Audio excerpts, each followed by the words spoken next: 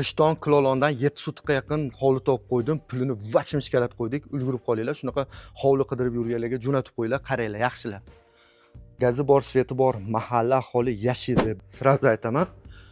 Bitta mehmonxonasi bor, ta'mirlaydigan, o'zingiz didingizga moslab remontini qilib olasiz. Nariyoqda yana bitta xonasi bor, umumiy sanuzeli bor. Qo'shni, mana darvozani baqa qo'yishar ekan. Siz baqa bitta darvoza qo'ysangiz, mahallacha bo'lib qoladi. Mana shu qoziqdan to'g'riga dalshi YouTube kanalimizga qo'ydik. Opchi hammasini mazza qilib ko'rasiz. Mana shu kommentariyada plus belgisini qoldirsangiz sizga keladi. Lichkangizga qarang. O'sha YouTube'ga kirib bemalol ko'rishingiz mumkin. Narxini ham chiroyli qilib qo'ydik. Gaz, suv svetidan umuman muammosi yo'q. O'zi aholi yashayapti, ko'ryapsizlar. Sizlar uchun mana shu 24 reklamada o'shanaqa o'tkazib yubormaslik uchun xudo xolasa obuna bo'lib qolinglar. Inshaalloh yana zo'rlarini qo'yamiz.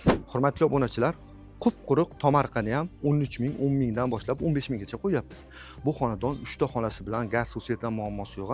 Sizlar uchun maxsus talashib 20 ming yana kami bor. Ulgurib qolinglar, pastda raqamlar qoldiraman, bemalol aloqaga chiqib baraka qilishlar mumkin. Yaxshi joy lekin, ilindim sizlarga.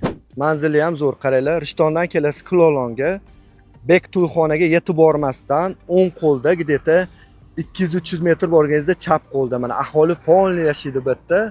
Ulgurib qolinglar, yaxshi narxda chiqdi.